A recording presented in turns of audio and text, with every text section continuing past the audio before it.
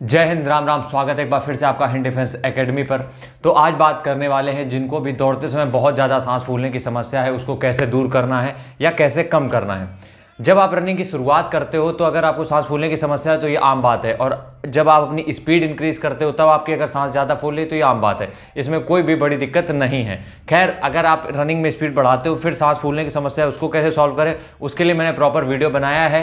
बाकायदा आपको स्टेप्स के द्वारा बताया कि आप 2 स्टेप पे सांस लोगे फिर 2 स्टेप पे छोड़ोगे, वो पिछली वीडियो में है, आप चेक कर सकते हो। लेकिन आज हम बात करने वाले हैं डाइट, क्या वर्कआउट होना चाहिए, क्या सप्लीमेंट कर सकते हैं हम लोग अपने लिए ताकि सांस फूलने की समस्या कम हो। सबसे पहले बात करेंगे डाइट की।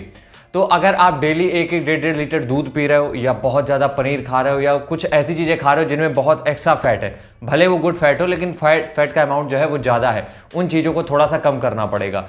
आप एक बार ये जो मेरा फंडा है ये अपना के देखो, क्योंकि ये साइंस बेस्ड है कि आप थोड़े दिन के लिए अब जो दूध पी रहे हो उसकी क्वांटिटी कम कर दो 3 से 4 दिन के लिए, और जितना भी आप एक्स्ट्रा फैट ले रहे हो उसको कम कर दो। अब एक्स्ट्रा फैट में कौन सी चीज़ें, आप मान लो चिकन खा रहे हो, मटन खा रहे हो, उसकी क्वांटिटी कम कर दो या स्किप करके खाओ, एक दिन छोड़ के एक दिन खा सकते हो। आप चने की क्वांटिटी थोड़ी सी कम कर दो, इससे आप कमज़ोर नहीं होगे, इस बात से टेंशन फ्री रहना। तो आप ये जब एक्स्ट्रा फैट जो है, जो हमारी बॉडी डाइजेस्ट करने में टाइम लगाती है, ये सब चीज़ें थोड़ा सा अगर आप कम करोगे तो आपके हार्ट पे प्रेशर कम पड़ेगा, जिससे कि आपकी ब्रीदिंग जो इश्यूज़ है वो सॉल्व होने की कोशिश जरूर हो सकती है। तो आप क्या कर सकते हो, ये जितना भी मिल्क प्रोडक्ट है इनको थोड़ा सा कम कर सकते हो कुछ दिनों के लिए, हमेशा के लिए नहीं, कुछ दिनों के लिए थोड़ा सा कम कर सकते हो। और मैं आपको कुछ फूड्स बता रहा हूँ जो अपनी डाइट में आप ऐड करोगे तो आपको सांस फूलने की समस्या बहुत हद तक कम हो जाएगी।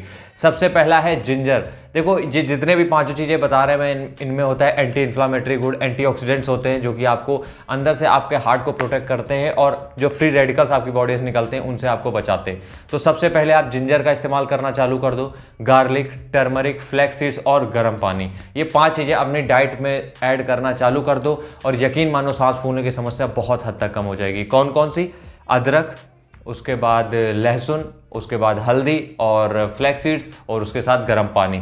ये 5 चीज़ें अब जिस भी फॉर्म में आप इस्तेमाल करना चाहो कर सकते हो, क्योंकि हमारे घर के मसालों में हल्दी तो यूज़ होती ही है, जिंजर अदरक जो आप चाय में पीते ही हो, और सब्जियों में लहसुन का भी इस्तेमाल होता है। तो इनको थोड़ा सा इस्तेमाल करना चालू कर दो और आप देखोगे सांस फूलने की समस्या बहुत हद तक आपकी कम हो जाएगी।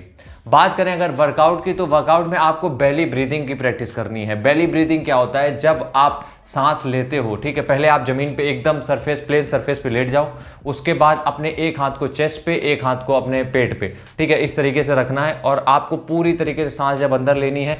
बेली ब्रीदिंग का मतलब क्या है? बेली का मतलब होता है पेट और ब्रीदिंग का मतलब होता है सांस लेना, मतलब पेट से सांस लेना। इसका मतलब यह है कि जब आप सांस लोगे तो आपका पेट ऊपर की तरफ उठेगा, मतलब आप अपने आप को पूरा भर लोगे। और ये पूरा आप, अभी हम लोग सांस लेते हैं तो चेस्ट पे आता है, अभी हमको क्या करना है, पेट तक ले जाना है। तो हमारा पेट जो है ऊपर की तरफ उठेगा, चेस्ट से थोड़ा सा अप होना चाहिए पूरी तरीके से, और जब हम सांस छोड़ेंगे धीरे धीरे तो पूरा पेट हमारा खाली हो जाना चाहिए। इस एक्सरसाइज को, इस जो भी योगा समझ लो आप या बेली ब्रीदिंग, इसको आपको कम से कम 10 बार रिपीट करना है। और जब आप ये बार बार रिपीट करोगे आप देखोगे अगली रेस में आपकी सांस फूलने की समस्या बहुत हद तक कम हो जाएगी।